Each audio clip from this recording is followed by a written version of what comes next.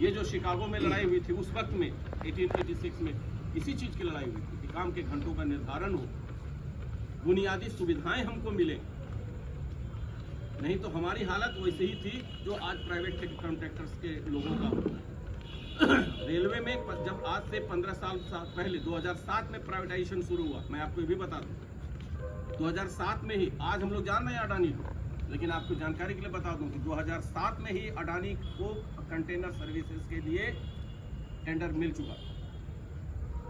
हम लोग बहुत सारा ट्रेन, जब मैं गार्ड था 2002 में मैं गार्ड बना, बहुत सारा रैक लेकर जाता था, उसमें अडानी लिखा होता था। पर्टिकुलरली उसमें जो तेल वगैरह जाते थे, एडिबल ऑयल, रिफाइंड तेल की टैंकर्स चलते थे, उधर से इधर हल्दिया जाता था, उसमें वो अडानी अडानी अडानी लिखा रहता। अडानी का पोर्ट भी है वहाँ।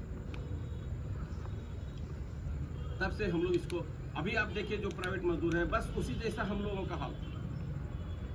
समय पर वेतन नहीं मिलना, समय पर डीए नहीं मिलना, डीए के लिए ग्रांट होने के बावजूद भी लड़ना पड़ता था कि हम लोगों को इसका सुविधा दी।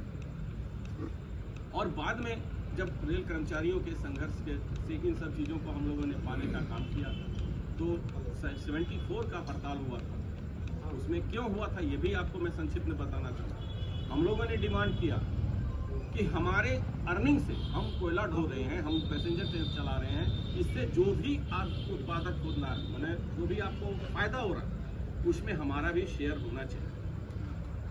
सरकार उस वक्त में तत्कालीन प्रधानमंत्री इंदिरा गांधी थी, उन्होंने इससे साफ इनकार किया कि हम इसको नहीं देंगे। और काफ़ी जद्दोजहद के बाद कई डिफरेंट जो भी यूनियनें थी रेलवे में, और मुख्यतः दो ही थी, ऑल इंडिया रेलवे फेडरेशन और दूसरा national federation of Indian railway NFIR, जो कांग्रेस समर्थित है, पॉलिटिकल पार्टी से समर्थित पार्टी है। ये हमारी आपकी खुशनसीबी है कि हम लोग जिस संगठन में हैं, हमारा कोई पॉलिटिकल सपोर्ट नहीं है। हमारा जो ताकत है, हम कर्मचारी ही हैं, हमारी एकता है। उन दोनों को मिल लेकर के, और 32 और संगठन थे उस वक्त में, जिनको लेकर के एक संयुक्त कमेटी बनी थी कि हम लोग हड़ताल करेंगे, 8 मई से हड़ताल करेंगे। अंतिम क्षणों में कांग्रेस ने समर्थन वापस ले लिया, क्योंकि उनकी अपनी सरकार थी। समर्थन वापस ले लिया, बल्कि हम लाल झंडा वाले लोगों को इंडिकेट कर करके पकड़वाने का काम किया। बड़का खाना में भी लोगों को पकड़वाने का काम किया गया। पीके मित्रों के फादर थे उस वक्त में, पीसी मित्रों, वो इस ब्रांच के ब्रांच सेक्रेटरी थे, उनको भी अरेस्ट करने का काम किया गया। बहुत सारे कर्मचारी, वो जो आपका टावर था, माइक्रो टावर पहाड़ पर, वहां जाकर के छुप गए। खाना छुपा छुपा करके लोग ले जाया करते थे। शकील भाई भी उसमें से एक हैं, करीब नहीं, हमारे फादर लोग छुपे थे, खाना उन्हें पहुंचाने का काम। खाना वाना वो स्वर्गीय इसाक ड्राइवर पीरी से, वो खाना इमदाद के फादर, वो खाना पहुंचाते। इमदाद हुसैन यहाँ रिटायर किए स्टेशन मास्टर से, उनके फादर, वो पहुंचाने का काम खाना करते, क्रांतिकारियों को करते। ये जोशो खरोश था। कितने लोग सस्पेंड हो गए, कितने लोग रिमूव हो गए, और अंततः जब सरकार नहीं मानी तो हड़ताल हुआ ही 8 मई से। हड़ताल के दौरान ये सब ये हुआ। इमरजेंसी भी लगाई गई 75 में, उसमें भी धरपकड़ हुआ लोगों को। लास्ट में इंदिरा गांधी ने ये पूछा कि रेल कर्मचारियों को की जो मांगे हैं उसको देने के लिए 21 दिन हड़ताल चली थी। मैं बताऊंगा, रेल कर्मचारियों की जो मांग है उसको देने के लिए कितना पैसा चाहिए। बोले ज़्यादा नहीं चाहिए, मैंने 500 करोड़ चाहिए। बोले 21 दिन में हमने 1200 करोड़ रुपया तो खाली उनका हड़ताल तोड़वाने में लगा दिया। ये तो that was not a wiseful decision. Indira Gandhi ने तुरंत ये किया, लोगों को ये किया, और तब हड़ताल टूटा। बोला हम आपकी मांगों को मानेंगे।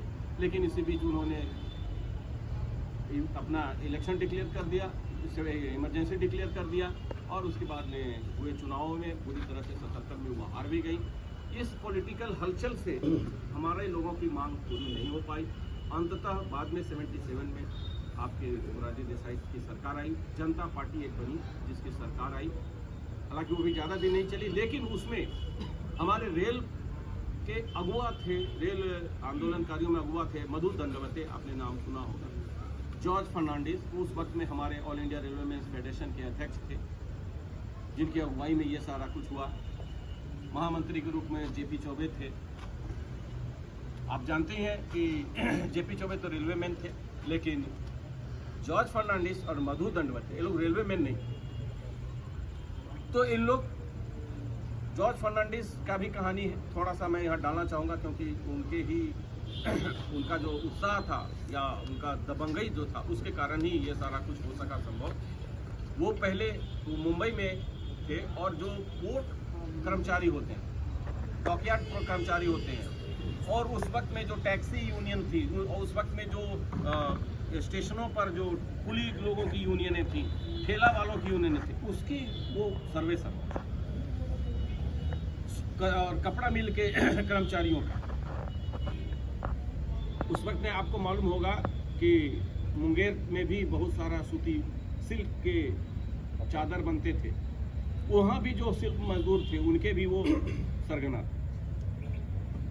और यही बात था कि जब वो खड़े हुए जीतने के लिए, तो मुजफ्फरपुर से खड़ा हुए थे और वो जीते। तो ठीक है, उन लोगों के बाद जब ये सरकार बनी, मधु दंडवते ने इमीडिएट क्या काम किया कि जो लोग सस्पेंड हुए थे, जो लोग रिमूव हुए थे, जो लोग जेलों में बंद थे, रेल कर्मचारी, सबको छोड़ने का काम। हर कर्मचारी छूटा, हर कर्मचारी को, और बल्कि पिछले समय से उनको सारा बेनिफिट भी देने का काम किया। ये 4 साल आप रहे जेल में, चलिए आपको सारा बेनिफिट दिया। उस वक्त में एक हमारे कर्मचारी थे KL गुप्ता साहब, कन्हैयालाल गुप्ता साहब, जो अभी एनी रेलवे गोरखपुर जिसका हेडक्वार्टर, वहाँ के जनरल सेक्रेटरी हैं। मैं बता दूं, अभी उनका 107 वर्ष उम्र हो चुकी। वो ऐसे शख्स हैं कि तीनों हड़ताल में भाग लिए। हमारे भी यूनियन के एक ECRKU जब बना, ये तो 2002 में हमारा ईस्टर्न रेलवे से कट के हमारा ECR बना। तो कुछ दिनों के बाद में हमारे भी महामंत्री बने थे MN वाजपेयी, वो अभी भी जीवित हैं, पटना में रह रहे। तो MN वाजपेयी साहब जो थे, वो भी हड़ताल में शामिल हुए। अभी दिल्ली में जो कुछ भी हुआ, 100 वर्ष पूरा हुआ।